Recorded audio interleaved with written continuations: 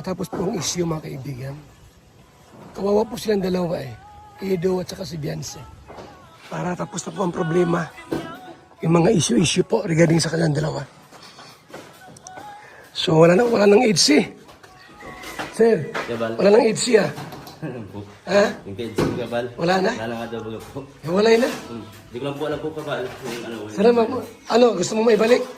Sana nga po Kabal para po yung sa po. Tuloy pa rin po love team po nung dalawa. Kaya nga Sayang bakit naman silang dalawa, di ba? Ang po Kabal. Si Edo sa kasi Beyonce bagay. Sayang po po dito. Sayang nga. Sana maibalik. Ang po Kabal. Ano, kumusta rito? Okay naman? Okay po Kabal.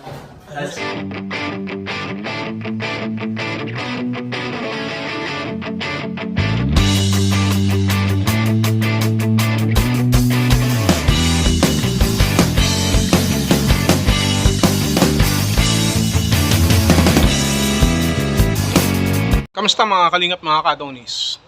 Balita ko, wala nang balita. Well, alam kong maraming nag-aabang dyan ng balita, kunwari pa kayo. O ano na nangyari? Ano na? Napanood nyo ba yung vlog ni Kalingap Rab? Patungkol doon sa sitwasyon nila Beyonce, nila Kalingap Edo, ng pamilya Batalero, kung ano talaga ang nangyari. At mabuti naman ay nagkaharap na sila.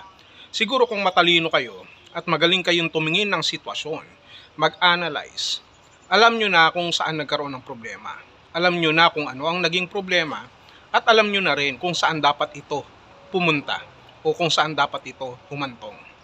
Ngayon, may mga bagay-bagay na nangyari behind that na hindi natin alam at may mga tao nga na mabilis mapaniwala at mabilis manghusga. Kadalasan ay doon nakikita kung ano ang ating saloobin, kung ano ang ating masasabi, kung nasa ang panig tayo, kung ano ang ating magiging desisyon sa mga bagay-bagay na akala natin totoo, yung pala hindi naman pala. Yung pala, lahat ng ito ay mayroon pong kadahilanan. Sana naman, dahil napanood na natin yung sa vlog ni Kalingap Rab, at kung may mga susunod pa na makikita tayo na video, marahil kila Kuya Bal, patungkol dyan kila Dr. Love, kila Red Saint, at kung ano mang kapaliwanagan at kung ano man ang dapat na malaman natin o pag-usapan, inuwain po nating mabuti. Ang importante dito, doon sa mga sitwasyon na nakita natin, napanood natin, may mga bagay tayong natututunan. Kung sino talaga ang tunay na kalingap at kung sino ang hindi.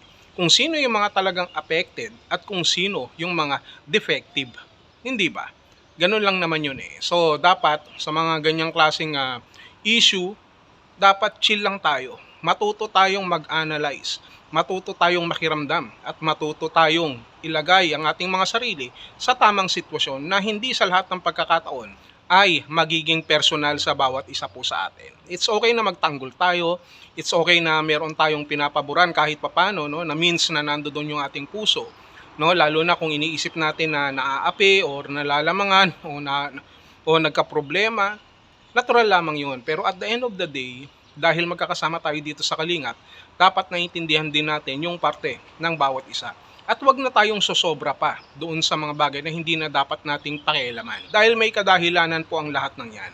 Ang sa atin lang naman, dapat nasa maayos. Nasa maayos po na pag-uusap, nasa maayos na proseso. Kung wala kang karapatan magsalita at hindi ikaw ang dapat na magsalita dyan, wag ka nang magsalita. At kung meron namang ibinigay sa'yo na task, dapat kaya mong laruin ng tama at huwag kang magpapadala doon sa mga tao na wala namang kinalaman kung ano ang iyong sariling nalalaman. Hindi ba? Ito lang ang pakiusap ko sa bawat isa dito.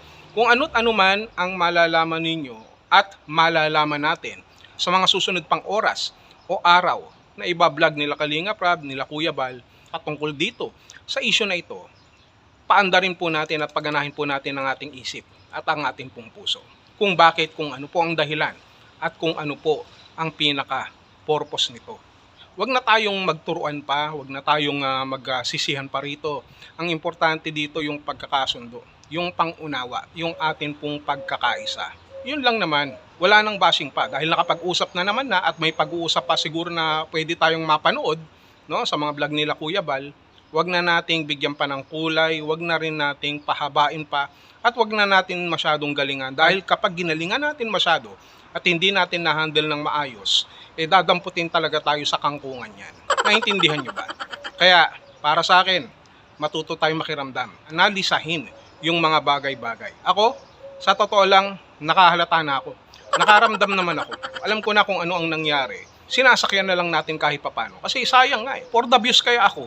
Sinasakyan ko na lang yan. Views din ako eh. Diba? Kapag may issues, sakay lang na sakay. Lalo na pag malapit na mag-cut off. Ganun yun. Hindi kasi ako plastic. Kailangan ko ng views. Kailangan ko rin ng revenue. Kaya nga, kahit na alam ko na yung ibig sabihin ng issue na yan, sakay lang ng sakay. May pwesto pa kasi, kaya dapat sakyan. Yan. At kahit punuan pa yan, yung pagre-reaction namin, sisingit at sisingit ako, kahit hindi ako sumabit. Sisingit ako, kahit 150 lang ang bayad ko. Naintindihan nyo ba yung ibig ko sabihin dito? So chill lang, huwag kayong masyadong pa-apek. Lahat ng mayan may kasagutan. Lahat ng yan ay kayang sagutin nila Kuya Bal. Kaya, kalma. Huwag nang mag-issue-issue pa. Makinig mabuti, intindihin mabuti, at mag-isip mabuti. At gumawa ng mabuti. Yun lang.